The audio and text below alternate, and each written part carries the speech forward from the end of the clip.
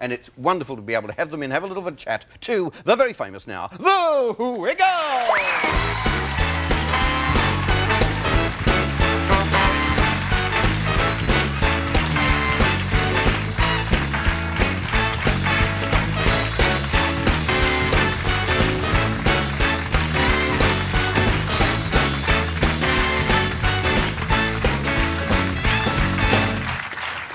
Boys, it's lovely to have you in, and it really is all happening for you. Just let me get it right. It's sporty, baby, posh, scary, and the other one's left the group now. You don't have a ginger anymore. But it's great to have you in, and you must be thrilled when you. I mean, it's 91, I think you started this, and it's now just a phenomenon, and kids just love you. I mean, kids meant to be what, 0 to 7? Oh, yeah, about 97, yeah. But they crib over that, They quite often do, yeah. We get a lot of, when we tour around, if you're in any little country town, we're walking down the street and big car, utility drive by with all beefy guys. Or teenagers, and you're like, wake up, Jeff! Yeah, well, I was thinking, there is a lot of all the lyrics and everything, there's a lot of repetition of the lyrics. Now, when you wrote that number and you were performing it, because you perform about 300 days a year, that's a frightening number of days of performances. Jeff, do you go home and in the middle of the night you suddenly wake up? Does it get to you that much? I mean, when you're learning new lyrics and you sort of wake up going like this, going through your head all the time, the new lyrics, they just... When he actually does, he does fall asleep, but when we're just without the wiggle clothes, we're walking down the street, or not walking down the street, we're driving the car and Jeff falls asleep, we do it all the time anyway. He doesn't laugh as much as when he's on stage. Now, the little kids at the live concerts, any funny sort of things that have happened over the time you've been performing with the littlies? Oh, yeah, all the time, yeah. Murray, what do you reckon? Well, I don't want you to reveal anything you don't particularly want to reveal, but... Well, there was a time that we'd done 2 days in the one city. It was in Cairns. Yes. And Anthony had finished the show and he'd taken his trousers off. And then backstage, of course. Yeah, and the next day he put his pants on again and gone on stage, and everyone was laughing in the audience. Yeah. And I thought, gee, I'm just doing what I was doing yesterday. You're really going for it. What it was, I forgot to take the underpants out, so they were in my boots. Every time, previous day. Every time I was doing this, like all the mothers were laughing, and I was thinking, taking photos. And they took the photos, and they said they'd send us the copies, but we haven't seen them. Please send them. Your underpants coming out the way. And what did you get out of it? You say, okay, kids, now let's do the underpants song.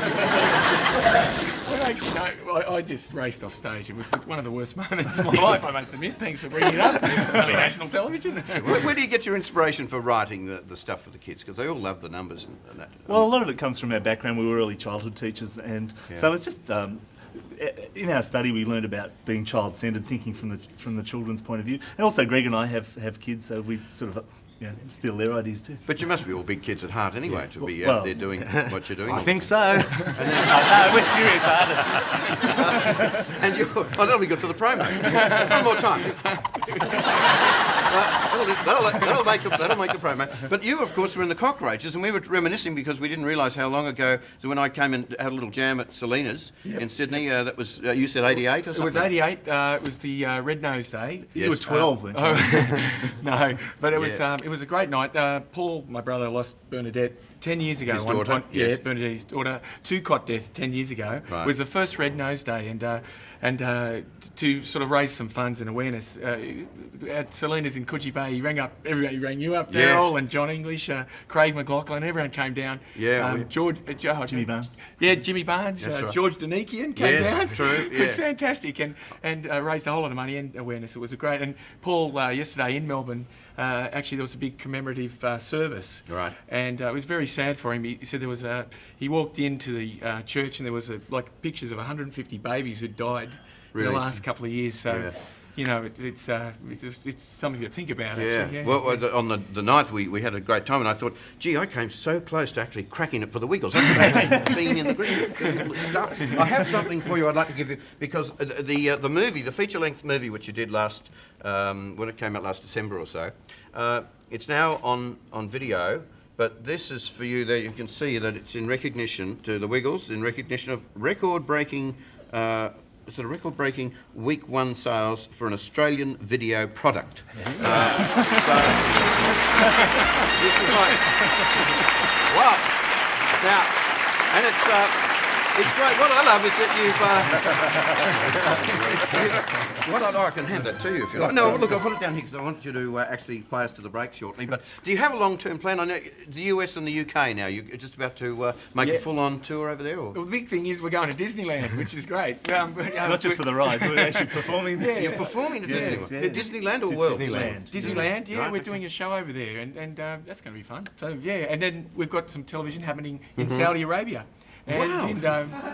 So you have to learn different languages for this? Can you see the Wiggles putting out, not in Arabic, but I mean maybe some other language? Well, they say that they're really, really good for children with English as a second language because Right. it's also simple, you know, hot potato, that's Yes, about it. And yes. the actions go with it. You so- mean in 10 years' time, our tourist industry is going to have people coming out here saying, hot potato, hot potato. Hot potato to you, everybody. Yes. And the wake up, Jeff.